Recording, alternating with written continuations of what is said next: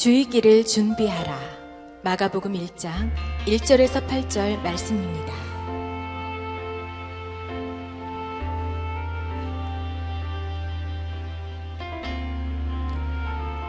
하나님의 아들 예수 그리스도의 복음이 시작이라. 선지자 이사야의 글에 보라, 내가 내 사자를 내 앞에 보내노니 그가 내 길을 준비하리라.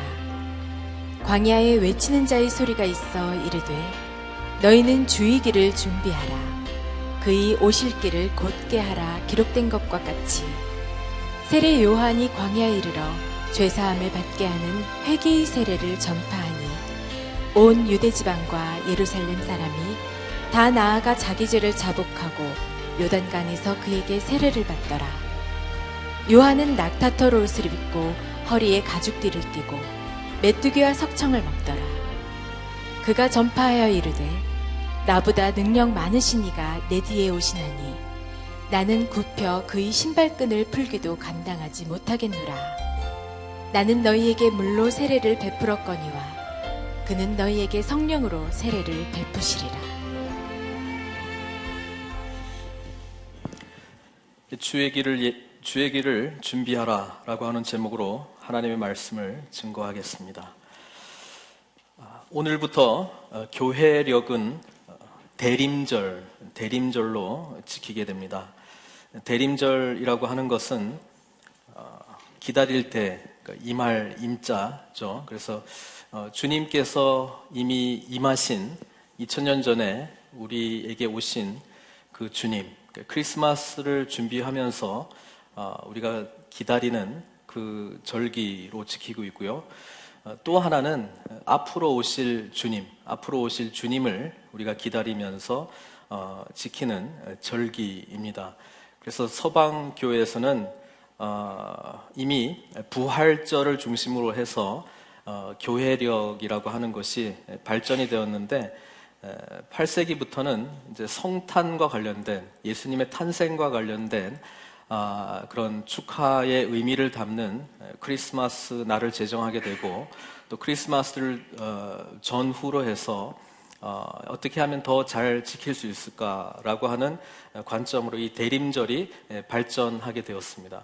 그래서 교회력으로 말하면 대림절은 교회력의 시작입니다. 그래서 사실 대림절이라고 하는 게 어떤 분들한테는 좀 생소할 수 있을 것 같은데요. 잠깐 소개를 드리자면 교회력은 성경에는 없습니다. 교회력은 성경에는 없고 기독교가 그 공인된 이후 그러니까 4세기부터 로마 주도로 이제 교회가 이제 공인되었지 않습니까? 그 다음부터 어떻게 하면 우리가 예수님을 잘 기억을 할 수 있을까? 어떻게 하면 예수님을 늘 묵상하는 삶을 살 수 있을까라고 하는 관점으로 교회력이 발전되게 되었습니다. 처음에는 물론 우리 주님께서 부활하셨기 때문에 부활을 중심으로 예배가 형성이 되었죠. 그래서 안식일 다음 날, 안식 후 첫날 우리가 드리는 주일은 예수님께서 부활하신 날을 기념하기 위해서 우리가 부활하신 그 날을 우리가 주 단위로 기억하면서 오늘 함께 모여서 예배를 드리고 있는 것입니다. 이 생각이 년 단위로 발전하게 된 것이죠. 그래서 매 주일의 예배가 작은 부활절을 우리가 지킨다면 우리 주님께서 언제 부활을 하셨을까? 또 언제 태어나셨을까? 또 언제 세례를 받으셨을까? 언제 성령께서 임하셨을까? 언제 주님께서 승천하셨을까? 그것을 1년 단위로 이렇게 만들면서 우리 1년을 지나면서 교회력을 통해서 년 단위로 주님을 늘 생각하는 그런 절기들이 발전하게 되었다라고 하는 것입니다. 안타깝게도 이것이 다 카톨릭 거다 뭐 그런 관점으로 사실 복음주의, 특히 이제 미국 교회 복음주의 계열에서는 많이들 이제 간소화해서 부활절 한 번, 성탄절 한 번으로 우리 주님을 좀 기억하는 그런 것이 이제 축소되었습니다만은 예배 신학자들이 다시 한번 예배의 귀한 전통들을 다시 받아들이기 시작하면서 예배 복고 운동과 함께 한국 교회에서도 특히 제가 소속되어 있는 장로교 통합교단에서는 대림절을 지키는 그 의미를 신학적으로 그리고 성서적으로 다시 한번 생각하게 되었다라고 하는 것입니다. 그래서 저는 이번 기회를 통해서 우리가 한번 예수님의 오시는 그 크리스마스를 날을 향해서 함께 준비해 나가는 것이 어떻겠는가라고 하는 그런 관점으로 대림절을 함께 지키기를 원합니다. 대림절의 예전 색깔, 예배 이제 색깔과 관련된 그런 신학적인 의미들이 있는데 보라색입니다.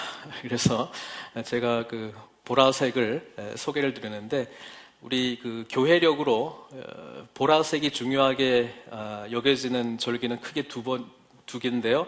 하나는 대림절 전 기간, 대림절이라고 하는 것은 오늘부터 이제 성탄 예수님께서 오신 그날을 기리는 성탄 전 이브까지가 사실은 대림절 기간이고요. 그리고 매주 드리는 그 대림절 주일은 대림절 기간 안에 드리는 특별한 예배입니다. 그래서 보라색을 통해서 우리는 주님을 기억하는데 또 하나의 다른 중요한 절기는 사순절입니다. 사순절도 보라색으로 우리가 주님을 기억하는데 이 보라색이 의미하는 것이 회개입니다. 회개라고 하는 것이 이 보라색이 나타나고 있는 중요한 색깔의 의미라고 하는 것이죠. 그래서 어떤 분들은 이 대림절을 제2의 사순절이다 이렇게까지 부르고 있습니다. 이 기뻐해야 될 이 절기를 왜 회개의 의미는 이미 있는 이 보라색을 그 예전 색깔로 정했는가? 그 의미는 뭐 여러 가지가 있는데 성탄절이 정해지기 전에는 주현절, 그러니까 1월 6일 동방교회에서는 주현절을 굉장히 중요하게 여겼습니다. 주현절은 예수님의 탄생과 예수님께서 세례받으신 것을 같이 축하하는 그런 절기였는데 예수님에 대한 이 일생을 점점 교회력으로 이렇게 하다 보니까 로마 쪽에서는 이제 12월 25일을 우리 예수님의 탄생일로 지키는 것이 좋겠다. 그러다가 서방교회, 동방교회가 결국은 여러 가지 많은 이유들과 함께 예수님의 생일날 언제 우리가 드려야 되는가로 갈라졌습니다. 그래서 주현절은 예수님의 탄생과 예수님께서 세례받으신 것을 준비하기 위한 날이었는데요. 그동안에 이제 교회 안에 성도들을 세례받기 위해서 준비하는 기간, 사순절도 마찬가지거든요. 부활절날 우리 주님께서 부활하셨으면 우리도 새 생명을 얻게 되는 것인데 그 부활절의 그 날에 많은 사람들이 세례를 받는 전통이 있었습니다. 그래서 사순절은 사실은 처음에는 이 부활절날 세례를 받기 위한 이 세례받는 자들 준비하기 위한 기간으로 처음에 이제 사용이 되었는데 이 대림절도 마찬가지입니다. 그래서 사실은 그 회개하며 자기 자신의 삶을 돌아보고 또 이미 오신 주님 또 앞으로 오실 주님을 우리가 맞이하기를 준비하는 그런 기간. 그래서 이제 주현절날 세례를 받는 것을 교회력으로는 굉장히 중요한 것으로 여기게 되었다라고 하는 것입니다. 이제는 대림절의 의미가 예수님의 성탄과 관련돼서 교회들이 한 달 4주 동안 예수님께서 이제 오시게 될 텐데 그것을 우리 스스로를 돌아보고 준비하는 그런 기간으로 지키는 것이 대림절입니다. 그런데 우리가 그 생명의 삶을 가지고 이제 계시록을 묵상했지 않습니까? 그래서 오늘은 이제 마지막 그 본문일 것 같은데요.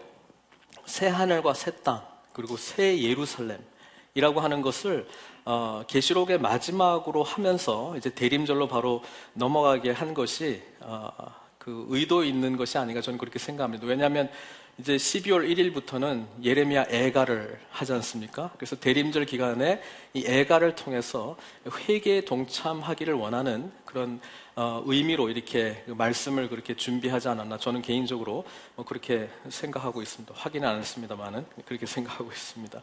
근데 어쨌든 이 대림절은 중요한 그 교회력의 시작이자 교회력의 마지막입니다.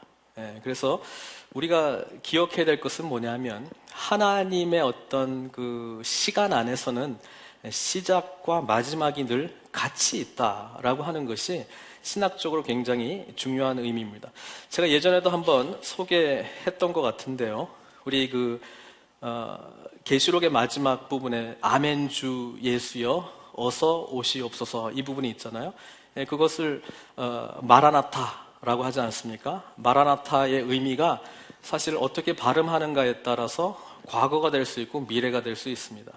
마란아타 이렇게 발음을 하시면 주께서 오셨다라고 하는 과거형의 미래입니다. 마란아타 그렇게 발음하시면 주께서 오셨다라는 뜻이고요.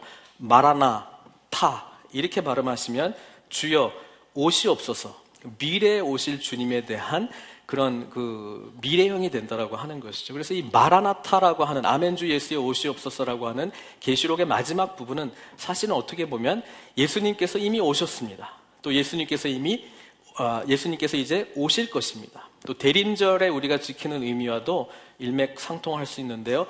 이미 오신 주님께서 오셨기 때문에 여러분들이 예수 그리스도의 피, 보혈, 힘 의지하여 이 자리에 앉아 있는 것 아닙니까? 그냥 그것만 우리가 기리는 것 아닙니다. 크리스마스는 그것만 의미하는 것이 아니고 이제 앞으로 재림에서 오실 예수님, 계시록을 통해서 그분이 어떤 왕이신지 어떤 모습으로 오실 것인지에 대해서 분명하게 말씀해주고 있는데 그분은 승리의 면류관을 우리에게 주실 것이고요. 예수님을 끝까지 의지한 자들에게는 하나님의 이름 그리고 어린 양의 이름을 인침받는 그런 놀라운 은혜 가운데 우리가 들어가는 것 아닙니까? 그 미래에 오실 우리 주님을 또한 기다리는 것이 이 대림절의 특징이라고 하는 것입니다. 그래서 시작이자 또한 마지막입니다. 사실 그 신학자 중에 그 칼바르트라고 하는 사람은 이런 말을 했어요. 이 교회 공동체가 무엇인가? 그것은 이미와 아직 그 사이에서 어떻게 우리가 하나님 앞에 반응하며 살아가는 그것을 이루는 것이 바로 교회 공동체의 삶이라고 이야기를 하고 있다라고 하는 것입니다. 여러분, 우리는 이미 오신 주님 때문에 승리가 주어졌다는 것을 알고 있습니까? 그리고 앞으로 오실 주님 때문에 그 승리가 완성될 것입니다. 그렇다면 이 땅을 살아가는 우리들은 분명히 이 두 거대한 하나님의 시간축 안에서 오늘 우리들의 삶을 볼 수 있는 눈이 있어야 되고 교회도 마찬가지라고 하는 것입니다. 그것을 잃어버리기 시작할 때 현실에 집중하는 교회가 될 가능성이 높습니다. 우리의 기도와 우리 모든 포커스가 지금 오늘 거기에 초점 맞출 수 있는데요. 우리 주님께서는 이 대림절 기간을 통해서 이미 오신 주님과 앞으로 오실 그 주님, 이 시간 사이에서 어떻게 살아갈 것인가에 대해서 깊이 말씀 가운데 하나님의 음성을 듣는 가운데 우리를 초대하고 있다는 사실입니다. 그런 점에서 이 보라색이 이 대림절 기간의 중요한 색깔이고요. 앞에 보시면은 이 대림절 이 초도 준비되어 있습니다. 이 대림절이 발전을 하면서 사실 이 서방 교회의 영향이 북유럽으로 이제 복음이 전해지기 시작하고 또 8세기 때는 이 대림절이 이제 북유럽에서 많이 지켜지게 되었습니다. 그래서 거기서 발전했던 몇 가지 중요한 관습들이 있는데요. 우리가 아는 제일 중요한 것이 크리스마스 트리죠. 크리스마스 트리는 예루살렘에는 없는 트리죠. 그건 알고 계시죠? 잣나무입니다. 잣나무인데 그것이 성탄목, 크리스마스 트리로 특별히 대림절 기간에는 중요한 의미를 초반에는 담고 있었습니다. 왜냐하면 수도사들을 중심으로 해서 이 하나님에 대한 메시지들이 전해지게 됐는데 그때는 많은 사람들이 글을 읽을 수 없었습니다. 그래서 구전으로 말을 통해서 이야기를 들으면서 신앙생활이 형성이 되었고 또 하나는 연극을 통해서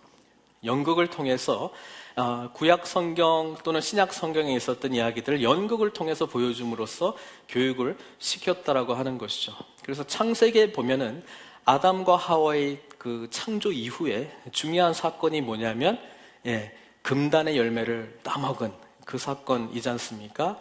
그래서 그 겨울 때에 유일하게 좋은 나무를 구할 수 있었던 것이 이제 잣나무 아닙니까? 그래서 그 나무를 갖다 놓고 아담과 하와의 그 창조, 또 아담과 하와가 그 금단의 열매를 따먹은 그 연극을 이제 하게 된다는 것이죠. 그래서 그 나무의 열매로 이제 사과를 달기 시작했습니다. 그래서 성단목에 중요한 4가지 장식이 있는데 첫 번째 중요한 게 그 사과를 달았다라고 하는 것이죠. 그것이 나중에는 공 모양의 어떤 열매, 미래를 상징하는 그런 것으로 이제 달았고요. 또 하나 발전된 게 뭐냐면 그 빵이나 과자 같은 거를 달았습니다. 왜 그렇습니까? 우리 주님께서 생명의 양식이기 때문에, 그래서 그 주님을 묵상하기 위해서 그 나무에 달았다라고 하는 것입니다. 그리고 또 한 가지는 장미꽃, 꽃이 겨울에는 찾기 어려우니까 이 종이로 만들어가지고 꽃 모양의, 특히 이제 장미꽃을 이렇게 만들어서 달았습니다. 왜냐하면 이사야 선지자가 이런 말씀을 했습니다. 이사야 35장 1절에 광야와 메마른 땅이 기뻐하며 사막이 백합화 같이 피어 즐거워하며 라고 하는 그런 것이 있고요. 또 우리가 아는 그 찬송가 중에 이새의 뿌리에서 새싹이 돋아나 옛 선지 노래대로 장미꽃 피었다. 이게 이제 오랜 그 노래 중에 하나지 않습니까? 그래서 트리에다가 이제 종이로 만든 꽃 모양을 달면서 결국 광야, 이 황량한 인생 가운데서도 하나님께서 역사하시면 장미꽃이 피게 되고 꽃동산이 되는 그런 미래의 비전을 갖게 된 것이 이 성탄 그 크리스마스 트리를 장식하는 그런 의미로 했다라고 하는 것입니다. 또 마지막에 이제 촛불을 이제 트리에다가 달았는데요. 촛불은 여기에서 초가 상징하는 것과 같이 빛으로 오신 그리스도, 나는 세상의 빛이다 라고 말씀하신 그 빛, 그렇죠? 그것을 이제 상징하기 위해서 크리스마스 트리에 처음에 달았던 오리지널 4가지 장식물이었다고 하는 것입니다.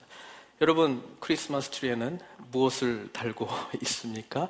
여러분, 달더라도 신학적인 의미가 있어야 됩니다. 신앙적인 교육이 일어나기를 바랍니다. 자녀들에게 그냥 때가 되었기 때문에 달지 마시고요. 다실 때라도 성경과 관련된 우리 예수님을 늘 상징할 수 있는 그런 아름다운 말 그대로 그리스도를 예배하는 나무, 크리스마스 트리가 되기를 바랍니다. 근데 우리 주님께서는 그 나무를 통해서 뭐예요? 실제로 십자가에 못 박혀 죽으신 그 놀라운 나무를 우리에게 선물해 주신 것 여러분 알고 계시죠?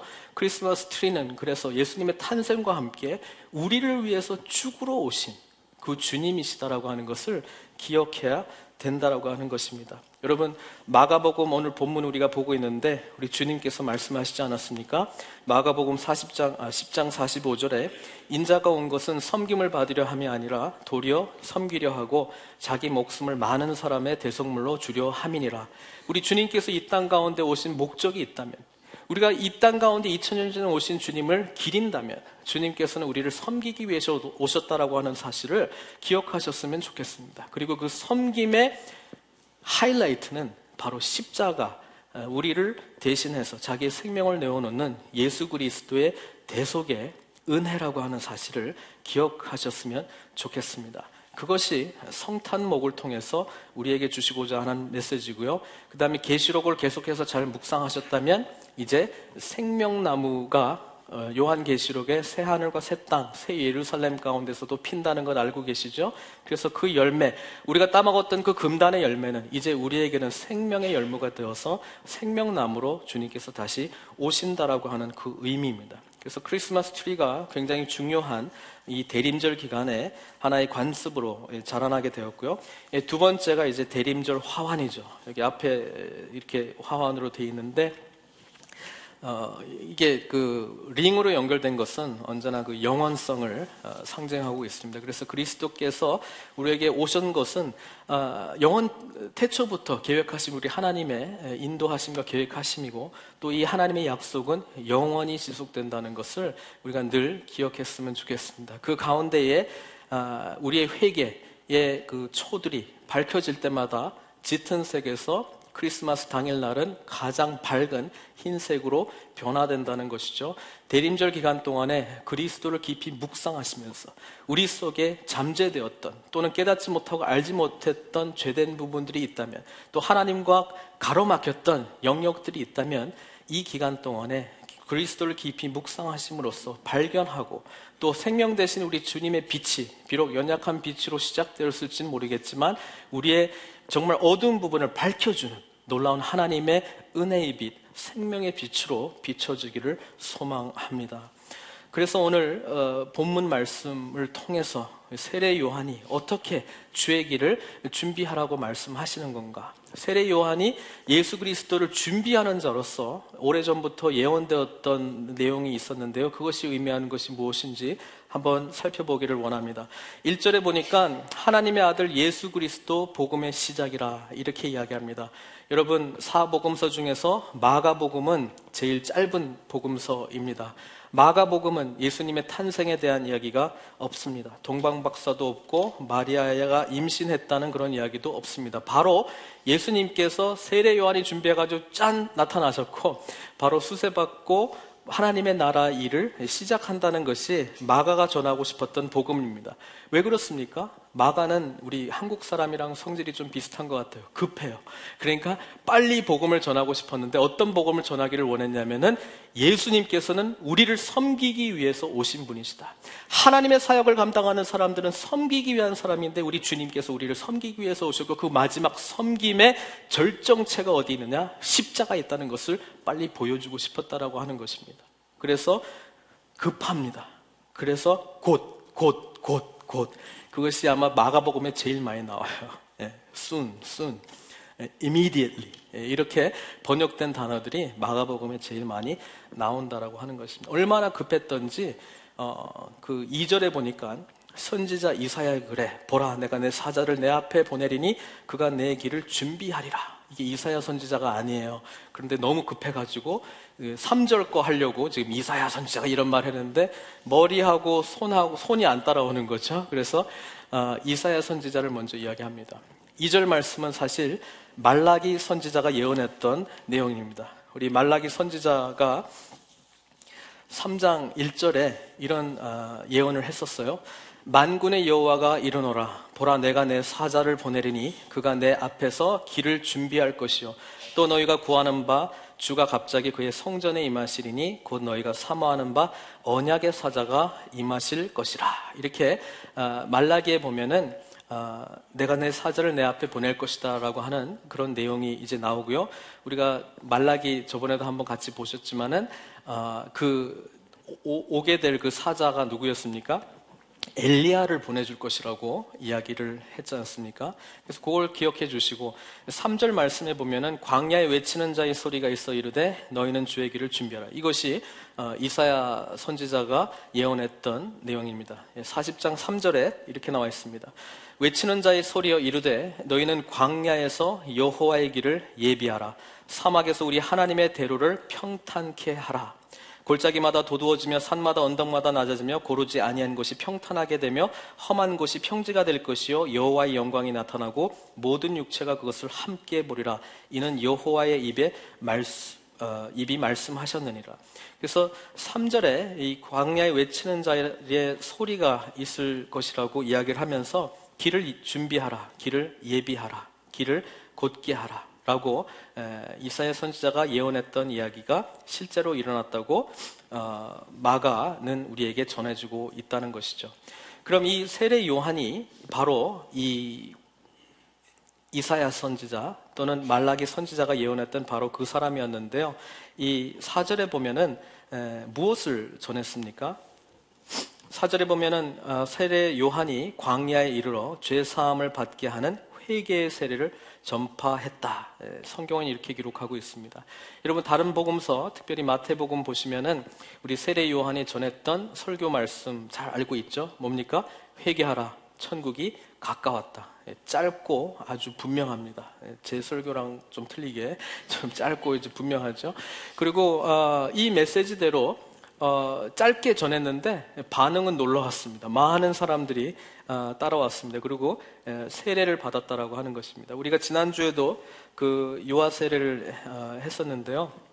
세례가 의미하는 그 의미들이 많이 있죠. 그건 뭐냐면 우리가 이제 하나님의 백성이 되었다라고 하는 것, 이제는 우리가 새 생명을 입었다라고 하는 것, 이제는 우리가 은혜의 백성이 되었다라고 하는 것, 이제는 우리가 새로운 피조물이 되었다라고 하는 뭐 여러 가지 의미들이 있습니다. 그런데 요한이 전했던 이 세례의 내용은 회개를 하게 하는, 회개를 경험하게 하는, 회개의 마음을 돋우는 그런 세례였다는 것을 우리가 기억합니다. 대림절 기간을 함께 보내는 저의 여러분들이 이 회개의 그 세례를 기억해야 될 줄로 믿습니다. 새로운 피조물이 되기 위해서, 하나님의 백성이 되기 위해서, 또 새로운 생명을 얻은 자가 되기 위해서, 하나님의 그 놀라운 은혜 가운데 들어가기 위해서 먼저 우리는 죄에 대해서, 하나님과 걸림돌이었던 이 부분에 대해서 죽어야 된다는 것이죠. 그래서 물에 들어갔다가 나오는 것이죠. 우린 들어갔다 나오진 않지만 의미가 들어갔다 나오는 것이죠. 이제는 이전에 내가 그리스도의 십자가로 인해서 죽고 이제 나올 때는 뭐예요? 이제 새로운 피조물로 우리가 변화되는 것입니다. 그래서 주님의 오심을 준비하는 저와 여러분들이 집중해야 될 것은 뭐냐 하면, 과연 우리는 우리 마음을 잘 살펴보고 있는지, 우리의 삶을 잘 돌아보고 있는지, 우리의 하나님과의 관계가, 우리가 다른 사람들과의 관계가 하나님 보시기에 합당한 삶인지 아닌지를 돌아볼 수 있는 기간, 그것이 바로 대림절을 맞이해야 되는, 우리가 준비해야 되는 마음가짐이라고 하는 사실입니다. 5절 보니까 온 유대 지방과 예루살렘 사람이 다 나와 자기 죄를 자복하고 요단강에서 그에게 세례를 받더라, 이렇게 기록하고 있습니다. 그 많은 강들 중에서 하필 요단강입니까? 요단강, 우리가 여호수아 본문도 같이 살펴봤는데요, 우리 하나님께서 요단강을 여호수아를 통해서 건너게 하신 다음에 여리고성 앞두고 제일 먼저 요구했던 것이 무엇입니까? 할례를 받으라고 하는 거였고요, 또 여호수아 입장에서는 뭐예요? 내 발에서 신을 벗으라, 이곳은 거룩하다라고 말씀하지 않았습니까? 하나님께서 우리에게 요구하시는 것이 있다면 그것은 뭐냐 하면 성결하기를 원하고 있다는 것입니다. 그러기 위해서는 죄를 자복해야 되는데, 요단강에서 세례를 받는 것은 유대인들에게는 굉장히 의미 있는 사건이었습니다. 왜냐하면 요단강, 동서를 가르는 이 요단강을 기점으로 해서 하나님의 백성으로서, 언약 백성으로서 가나안 땅에 들어가느냐 안 들어가느냐, 믿음으로 들어가느냐 안 들어가느냐, 그 차이가 있어요. 그 들어간 사람들에게는 뭐예요? 이제는 성별된 삶, 구별된 삶, 거룩한 삶을 살아야 된다는 하나님의 메시지가 너무나도 분명했기 때문에 그렇습니다. 사랑하는 성도 여러분, 이 대림절 기간을 지나실 때에 요단강을 다시 한번 건너는 그 은혜가 있기를 바랍니다. 오늘 마침 또 비도 온다 그러는데, 비 보실 때에 우리를 씻기시고 새로운 삶으로 인도하시는 그 하나님의 은혜를 다시 한번 묵상하시기를 바랍니다. 그래서 크리스마스 날 마땅히 예배 받으시기에 합당하신 우리 주님께서 예배 받으시기를 바랍니다. 이 요한에 대한 묘사, 어떤 사람이었는가? 6절에 보니까 낙타털 옷을 입고 허리에 가죽띠를 띠고 이렇게 기록하고 있습니다. 또 메뚜기와 석청을 먹더라, 이렇게 기록을 하고 있는데, 여러분, 낙타털 옷을 입고 가죽띠를 띈 사람이 구약 성경을 열심히 읽어봤다면 한 사람이 딱 떠올라야 됩니다. 그게 누굽니까? 엘리야입니다. 열왕기 하 1장 8절에 보면은 아시아 왕이 계단에서 떨어져가지고 죽게 되어가지고 이방 블레셋의 왕, 그 블레셋의 이방 신에게 내가 이제 죽게 될 건가 안 죽게 될 건가 한번 물어보려고 사절단을 보내게 됩니다. 이 사실을 하나님이 아시고요, 너무나 화가 나셔서 우리 엘리야 선지자에게, 야, 기가 막힌 일이 일어났다. 내가 이스라엘 백성들의 하나님인데 나한테 안 물어보고 딴 데 가서 물어본다고 하더라. 엘리야, 네가 가서 정리 좀 하고 와라, 이렇게 이야기를 하거든요. 그 본문과 관련된 내용인데요, 1장 8절에 보면은 이렇게 기록되었어요. 왕이 물어봅니다. 누구냐? 누가 너희들에게 그런 말을 했느냐? 그들이 그에게 대답하되 그는 털이 많은 사람인데, 털 옷을 이야기하고 있어요. 털이 많은 사람인데 허리에 가죽띠를 띄었더이다 하니 왕이 이르되 그는 디셉 사람 엘리야이다. 여러분, 말라기 선지자가 예언했던 것처럼 엘리야가 왔습니다. 그리고 예수님께서도 엘리야가 이미 왔다라고 선언을 했고요. 그 선언했던 내용이 누굽니까? 세례 요한이라고 하는 것이죠. 그래서 낙타털 옷을 입고 이 허리에 가죽띠를 띄었다라고 하는 것은 이 구약에서 예언되었던 이 엘리야가 다시 왔다라고 하는 것입니다. 여러분, 구약 성경에 열왕기 하 1장의 내용을 쭉 읽어보시면 그것은 무슨 이야기입니까? 내용을 쭉 읽어보면은 이스라엘 하나님, 야훼 하나님, 여호와 하나님이 여기 계신데 어디 엉뚱한 데 가서 지금 물어보고 있느냐?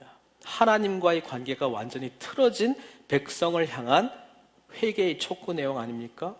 여러분, 혹시 이 2014년도를 마무리하면서 연말에 뭐 해야 될 일도 많이 있을 것 같아요. 그런데 혹시 이방 신을 찾고 있지는 않습니까? 바알세붑을 찾고 있지는 않습니까? 혹시 하나님은 나와 멀어져 있기 때문에 다른 곳에서 즉답을 찾기 위해서 혹시 찾아다니고 있지는 않습니까? 대림절은 우리의 초점을 다시 예수님께로 맞추는 작업을 하는 것입니다. 여러분, 우리의 생사화복을 주관하시는 분은 하나님이십니다. 이 하나님께서 하늘 영광 다 버리시고 우리를 위해서 이 땅 가운데 오신 것, 그분의 놀라운 은혜를 베풀어 주신 것이 바로 예수 그리스도께서 탄생하신 성탄의 놀라운 사건이라고 하는 것이죠. 그 사건을 향해서 우리가 한 주 한 주 지나갈 때에 예수님이 더욱더 분명히 보여주시는 저와 여러분들 되시기를 바랍니다. 여러분, 이 요한은요, 가죽 띠를 띠고 메뚜기와 석청을 먹더라, 이렇게 되어 있습니다. 메뚜기와 석청, 석청은 이제 그 야생 꿀이니까 또 좋을 수도 있겠죠. 근데 이제 그 메뚜기도 사실 레위기 11장에서 금하지 않은, 먹어도 되는 곤충 중에 하나였습니다. 근데 이것을 먹었다라고 하는 것은 세례 요한이 좀 정상적인 사람 같이 보여요? 좀 특별한 사람 같이 보여요? 특별하다 넘어 특이한 사람으로 보였을 것입니다. 그렇죠? 세례 요한이 이 예수님의 길을 준비하면서 우리들에게 전해주고 하는 메시지는 이거죠. 그건 뭐냐 하면 세상 사람들이 우리들을 바라볼 때에 구별된 모습이 있어야 된다는 것입니다. 역시 그리스도를 준비하면서 성별된 삶, 거룩한 삶이 우리 가운데 나타나야 된다라고 하는 것입니다. 우리 주님께서는 세례 요한에 대해서 또 예수님에 대해서 비교하는 모습을 이야기를 하면서 예수님께서는 뭐 죄인들과 함께 같이 먹고 마시고 파티를 좀 즐겼지 않습니까?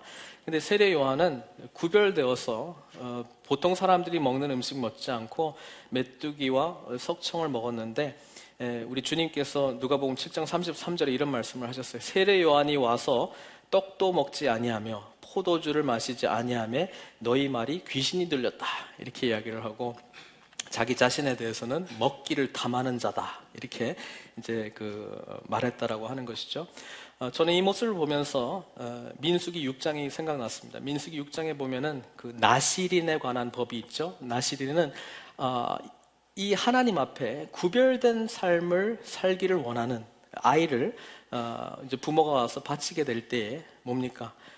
삭도를 머리에 대지 않고 또 포도주를 금하죠. 독주를 금하고 포도와 관련된 건 다 금합니다.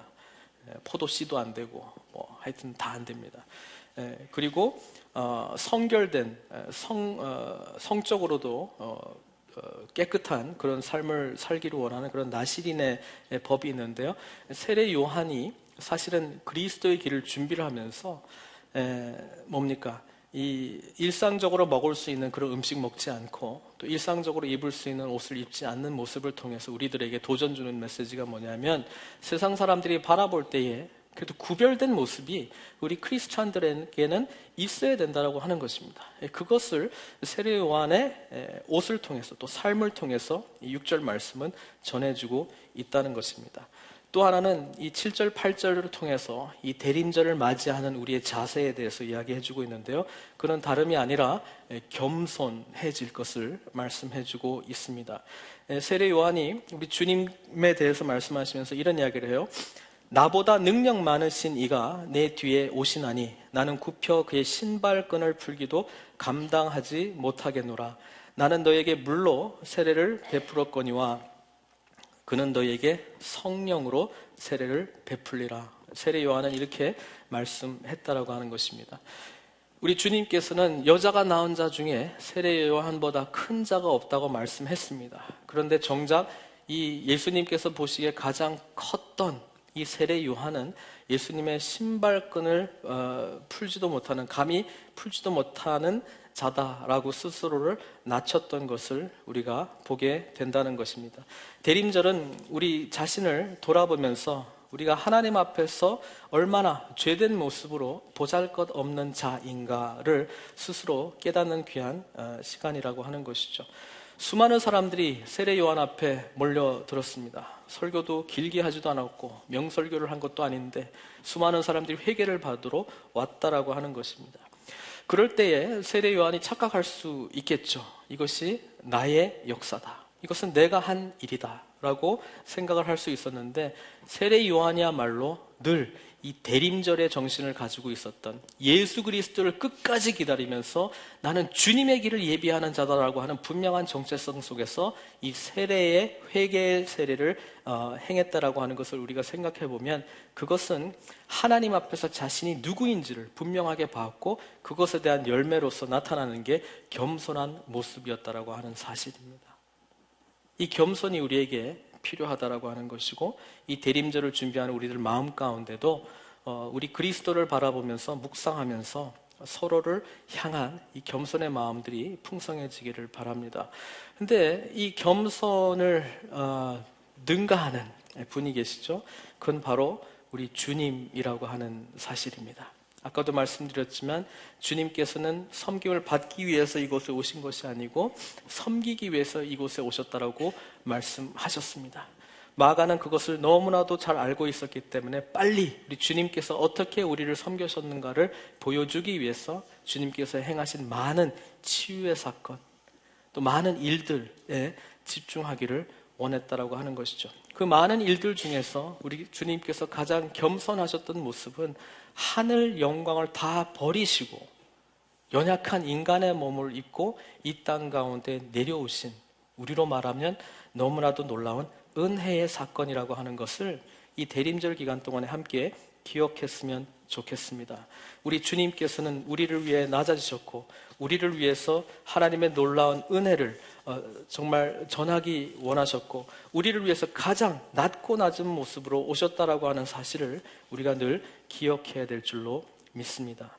주님께서 온 것은 섬김을 받으려 함이 아니고 오히려 우리를 살리시기 위해서 자신의 생명을 내어주신 분이시다라고 하는 것을 우리가 끝까지 묵상하는 귀한 기간들이 되기를 바랍니다. 그러면 이 본문을 통해서 우리 하나님께서는 도대체 우리들에게 무엇을 말씀하시기를 원하시는가 몇 가지로 정리해 보았습니다. 그건 뭐냐면 첫 번째, 우리 하나님께서 준비하신다는 것입니다. 우리 하나님께서 이사야 선지자를 통해서 말씀을 준비하셨습니다. 우리 주님께서, 우리 하나님께서 세례 요한을 통해서 예수 그리스도의 길을 준비하시겠다라고 성경은 말씀하고 있습니다. 우리 하나님은 여호와 이레의 하나님이심을 대림절 기간 동안에 다시 한번 묵상하시고 우리가 함께 고백했으면 좋겠습니다. 또 하나는 태초부터 우리 주님께서는 이 사건을 놓고 준비하시면서 온 인류의 역사를 운행하셨다는 사실을 우리가 기억할 필요가 있습니다. 이미 오신 주님과 앞으로 오실 주님, 그 이전에 창세부터 우리 주님이 오시기까지 우리 주님께서 수많은 선지자들을 통해서, 수많은 기록된 말씀을 통해서, 수많은 계시를 통해서 하나님의 살아계심과 하나님께서 주권하고 계시다는 것을 말씀해 주셨다는 사실을 믿음으로 고백하시기를 바랍니다. 그 하나님이 우리 하나님입니다. 그 하나님이 우리 하나님이시기 때문에 예수 믿고 이 자리에 앉아서 함께 예배드리는 저와 여러분들에게는 온 세상을 주권하신 하나님의 손길 가운데에, 보호하심 가운데 있다는 사실을 고백하셨으면 좋겠습니다. 그 하나님께서 이 세상을 주관하시는 그 하나님께서 우리 하나님이시라면 우리가 날마다 경험하고 있는 여러 가지 일상의 문제들 가운데 하나님의 뜻이 있겠습니까? 없겠습니까? 당연히 있다라고 하는 것이죠. 우리를 생명 내어놓으시기까지, 죽이시기까지 우리를 구원해 주신 그 하나님은 우리에게 우리 인생의 계획이 있다는 것을 고백하시는 이 대림절 기간이 되시기를 바랍니다. 우리 주님께서, 우리 하나님께서 놀라운 은혜로 모든 것을 주관하셨을 뿐만 아니라 오늘 우리 세례 요한의 이 삶을 통해서 세상 가운데 성별된 삶, 그리고 무엇보다도 마지막 8절 말씀, 나는 너에게 물로 세례를 베풀었거니와 그는 너에게 성령으로 세례를 베풀었느니라 라고 말씀하셨던 이 내용을 통해서 이미 오신 주님과 앞으로 오실 주님 사이에 살아가는 우리, 또 우리 몸된 공동체가 진정으로 구해야 될 것은 뭐냐면 우리 가운데 성령의 능력으로 충만한 그 삶을 향해서 나아가야 된다는 것입니다. 이미 오신 주님과 앞으로 오실 주님 사이에 우리가 살아가야 될 방법은 성령님을 의지하며 살아가는 것이라는 것입니다. 우리 각자의 삶 가운데, 가정 가운데, 우리 몸된 교회 가운데 성령의 능력이 충만하시기를 바랍니다. 대림절 기간에 그래서 우리는 우리를 위해서 이 땅에 오신 주님을 찬양하는 것입니다. 또 앞으로 오실 그 주님을 바라보면서 또 이 땅 가운데 늘 소망을 주시고 늘 우리 가운데 보호하시고 인도하시고 주권하시는 그 하나님, 우리에게 계획을 가지시고 나뿐만 아니라 특별히 우리 늘푸른 선교 교회 가운데 계획하심이 있으신 그 하나님을 바라보며 나아가야 될 줄로 믿습니다. 여러분, 이 대림절 기간 동안에 그 하나님을 더욱더 깊이 묵상하시는 저와 여러분들 되기를 바랍니다. 그리스도의 탄생이 오면 올수록 선물 뭐 살까 고민하는 우리들이 아니라 그리스도의 탄생이 오면 올수록 우리를 위해서 놀라운 은혜로 베풀어 주신 그 하나님의 놀라운 사랑과 은혜를 기억하시는 저와 여러분들 되시기를 바랍니다. 우리 자신의 부족한 부분, 우리 자신 하나님께서 정말 깨어지기를 원하시는 그 부분, 하나님 앞에 담대히 나아가지 못한 그 부분들이 있습니까? 이 대림절 하나님을 맞이하며 그리스도를 맞이하며 성령님의 능력 의지하며 준비하시는 저와 여러분들 되시기를 바랍니다. 대림절은 시작이자 마지막입니다. 그 시작과 마지막 사이에 살아가는 저희들에게 그래서 소망이자 희망입니다. 여러분, 우리 늘푸른 선교 교회 가운데도 이 놀라운 역사가 일어날 줄 믿습니다.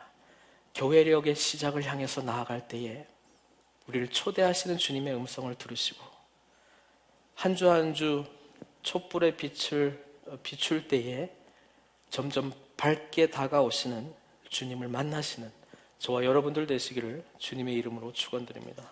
함께 기도하시겠습니다. 사랑과 은혜가 충만하신 우리 하나님 아버지, 오늘 말씀을 통해서 복음의 시작을 보게 됩니다. 아버지 하나님, 우리에게 이미 시작하신 하나님의 일이 이제 앞으로 오실 주님을 통해서 더욱더 완성될 줄 믿습니다. 그 가운데 아버지 하나님, 우리가 더욱더 주님이 누구신지를 집중하는 저희들 되게 하여 주시고 무엇보다도 하나님과 우리의 관계를 가로막았던 부분들이 있다면 그것을 회개하며 주님 앞에 깊이 나아가는 귀한 시간들을 되게 해 주시옵소서.